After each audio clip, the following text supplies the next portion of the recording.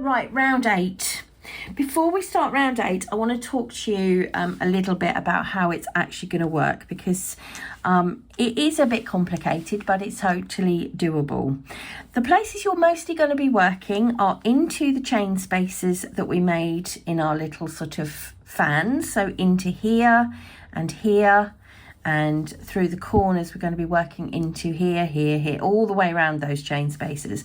But we are also going to be working into the stitches from this round, which is round 6. It's the round where we put the long stitches in, and we're just going to be putting some double crochets in there just to sort of keep this round nice and level and to hide these chains and do all sorts of stuff.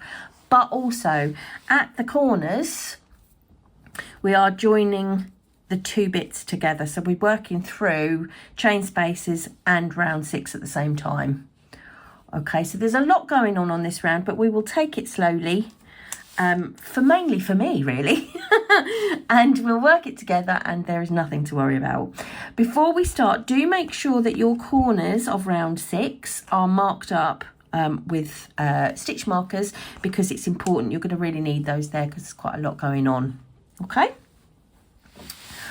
right, let's find out where to start. So if I just sort of turn the corner so that it's pointing upmost, and we look at all those trebles that we made, find the central treble that we made. It's this one here, and we are going to start our work by putting our hook into the space before that central treble. So in here is where we're going to start, and we're going to just pull up a loop and join our yarn in the normal way. All right, that does not count as a stitch. We're just joining yarn in at this point. So off we go then, and we will start by putting 2 double crochet into that same space. And this again is UK terminology. So there's our 2 double crochet in there. Now our next stitch is a double crochet 2 together.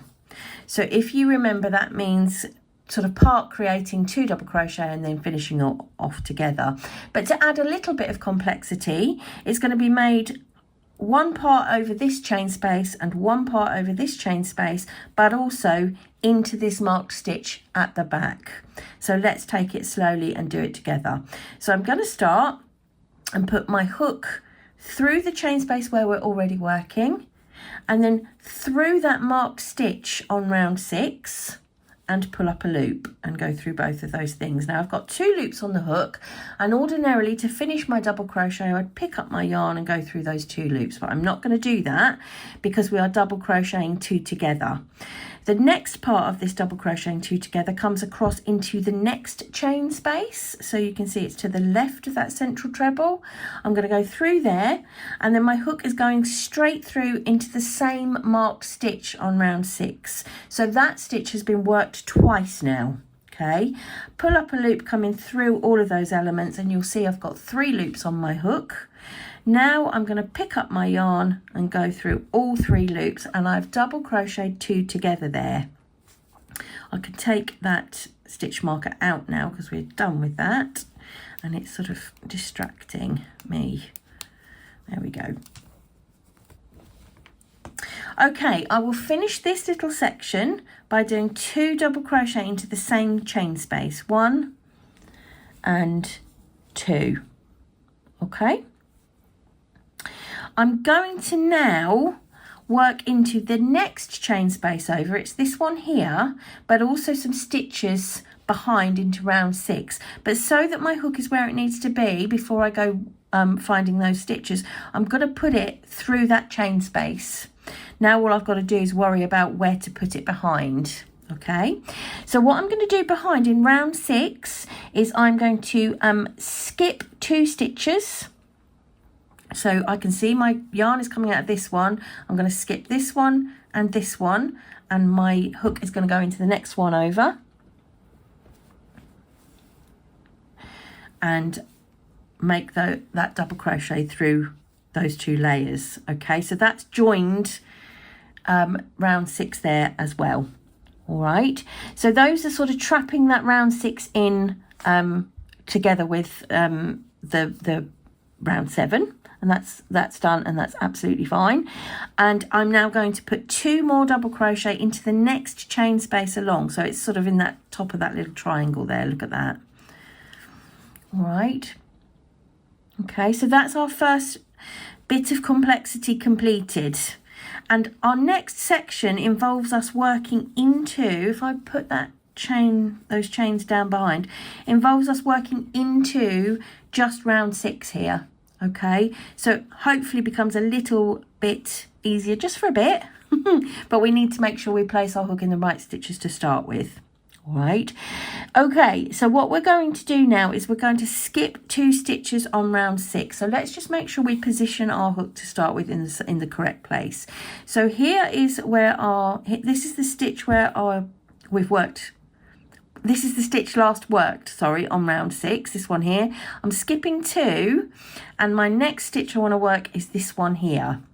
However, what I need to do is just move that chain behind so that I'm not catching it in.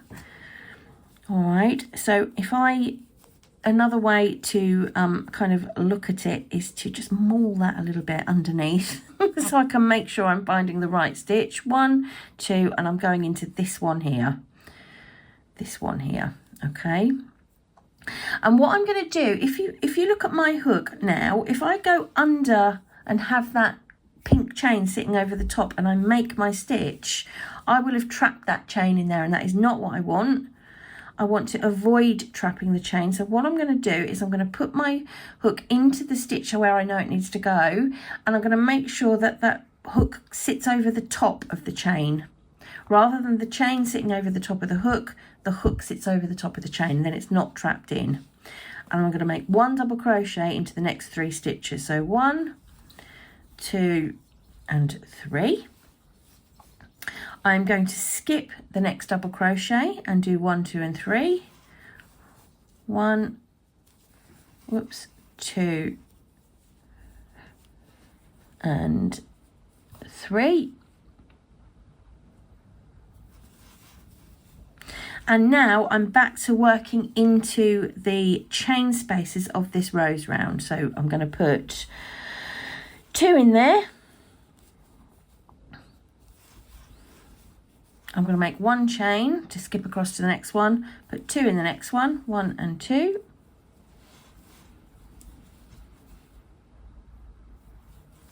And I will basically repeat what I've just done there. All right, so I will skip 4 stitches this time. I'm going to skip 4 stitches and put my 3 stitches, 3 double crochet. You can count it back if you prefer. If it's easier for you, find this center stitch, this long stitch, find the stitch that lays across the top there, count back 3. That's where your stitches start. 1, 2, and 3. Being careful not to trap those chains, remember those pink chains. Skip that stitch, 3 again, 1, 2, and 3, and again here we go, filling in double crochet into those chain spaces. That is your repeat. 2, 1 chain, and 2. Okay, and we are off we go again. Okay, so let's just have a look. You can see what we've done here is we've disguised the chains quite well.